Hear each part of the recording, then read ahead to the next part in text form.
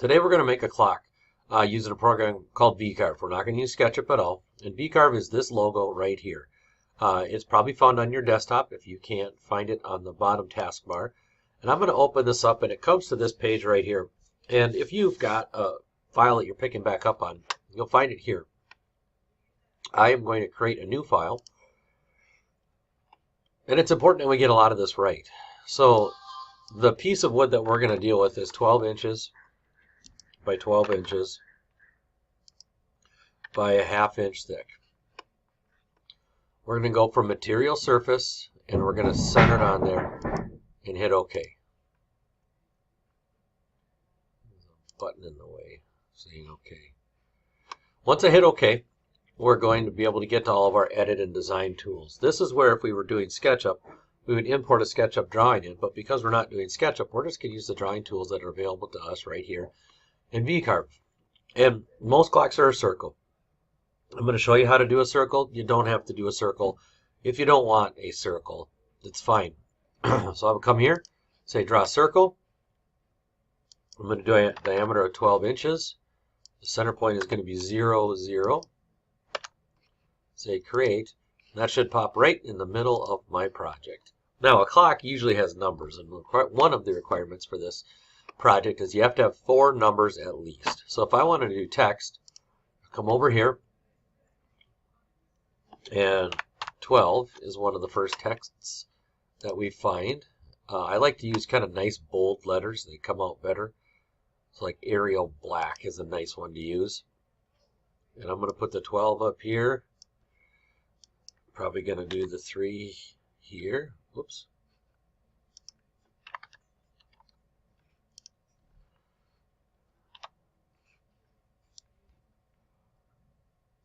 And those to me look small. So I'm going to go back and click to the 12. Let's see what 2 inches looks like. I think 2 inches looks a little more readable. So I'm going to click on the 3. Make that 2 inches. Pull that back over here. Click outside of it. Excuse me. Make the 6. I don't know where the 6 went. Hiding on me, so I just zoomed out to go find it. Click out of there, and I'm going to do a 9. So that has my numbers. And if you want to try to put the other numbers in the middle, that's fine. I've just found on a 12-inch clock that it's often a little too small to get all the numbers on there. There's lots of creative things you can do with a clock. I've seen fun ones where people have all the numbers that have fallen down and they're sitting in the bottom, all chaotic, and it says, who cares? We're on cabin time. So get creative with it. Draw something that you're going to want to draw. Now, another requirement for this project is just centering these. So I can look at these dots on the bounding box and I can make sure that they're centered. So when I click on the 9, I can see it's right on the middle line, and the 3 is right on the middle line, and the 6 is right on the midline. Now you need to put something else in there. So if you love the twins, I'm going to do a twins logo. We're going to show you how to find that and bring that in. I'm going to go to brandsoftheworld.com. I'm going to go Minnesota Twins. Search. And I like this simple logo. These more complicated logos, they don't work amazing. This one should work too. So let's go the Minnesota M. That was their logo when I was a kid. Okay, and I just downloaded that. So then I come back to VCarve. I'm going to say File, Import, a Vector. And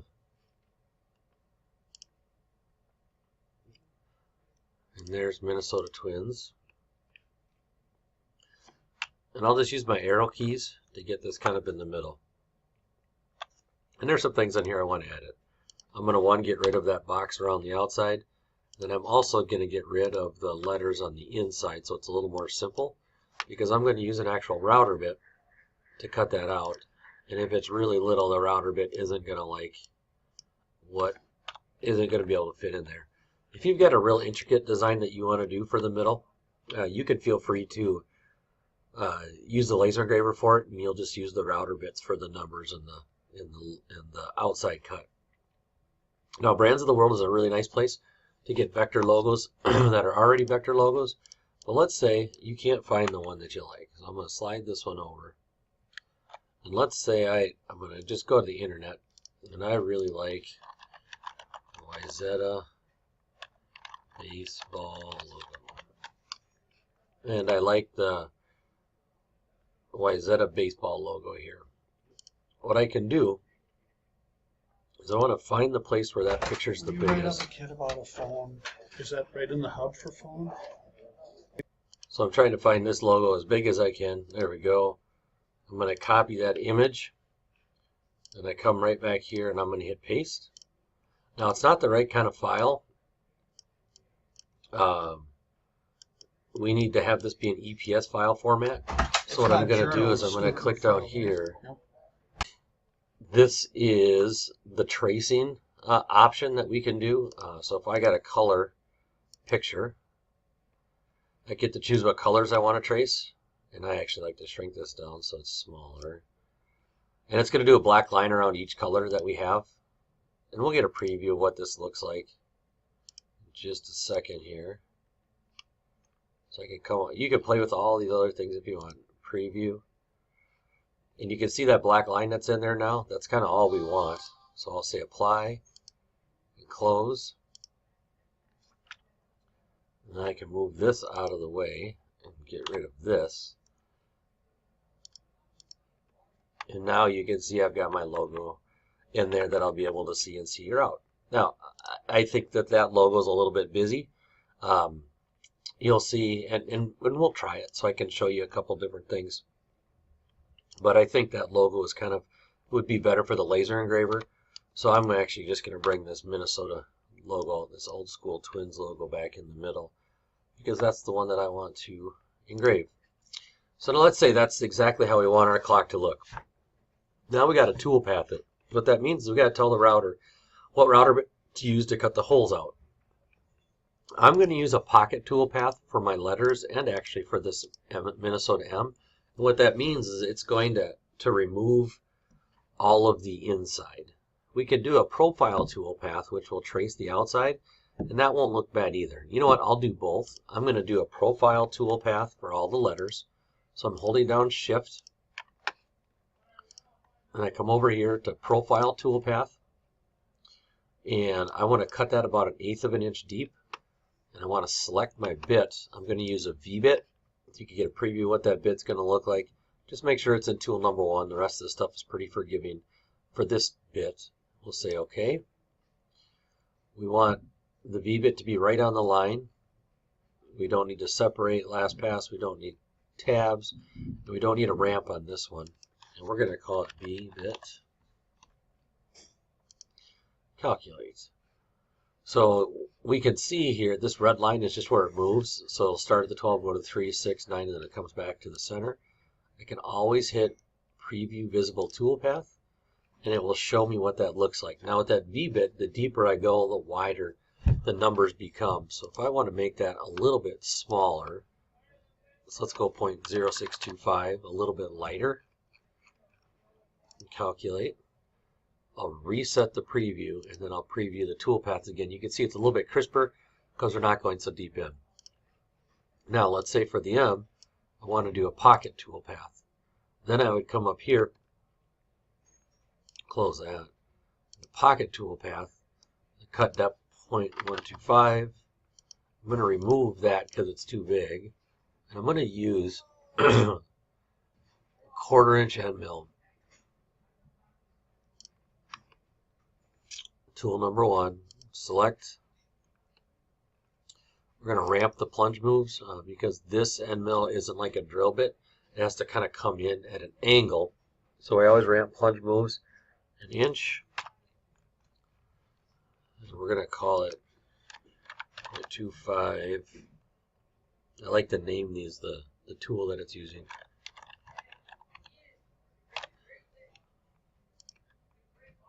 Okay, now you can see these blue paths are the route that it's going to go. I think it's hard to see exactly what that's going to look like. We're We're going to say preview all tool paths. So now we can see it's going to actually hollow out that M, and if I hover, I can see that it's going to make an indent for that M. It's possible that you got too much detail there, and you might have to, instead of doing a 1/4 inch end mill, you might have to drop that down to an 1/8 of an inch end mill. That's just going to give you a little more detail because it's a little bit smaller bit. So I could, if I want to do an 1/8 inch end mill, if it's not on here, there's end mill 1/8 inch. Tool number, we'll say it's tool number 1, apply, select, ramp plunge moves, again the same point. Sorry, 1. Now we call it 0.125 end mill. And you see it's just a lot more passes in there. It really doesn't matter. If I could get away with a bigger bit, I certainly will do that. I'm going to get away with the bigger bit on here because I can. And if less passes, then everything goes smoother. If I use a bigger bit, those little bits are easy to break and they're kind of expensive. Reset preview, preview all toolpaths. There we go. That's looking just fine. Now, the last thing we need to do is cut out the circle. So to cut out the circle, we want to cut on the line. That's a profile toolpath. Our stuff is 0.5 thick, but we're going to go 0.45 deep, so we don't actually cut all the way through. It's called an onion skin, and I want to use a 1/4 inch end mill. That's why it's better if we can use the 1/4 inch end mill for the M, then we don't have to switch tools. I want to go on the outside of the line, so it will leave exactly my 12 inches. If you're worried about it not being perfect, you can go on the line and it'll cut a little bit on either side. That's probably pretty safe to do. Same ramps, 1 inch. 0.25 outside cut. Then if I preview the visible toolpath, we can see that it leaves just a tiny little bit of daylight left for us when we're cutting out that clack.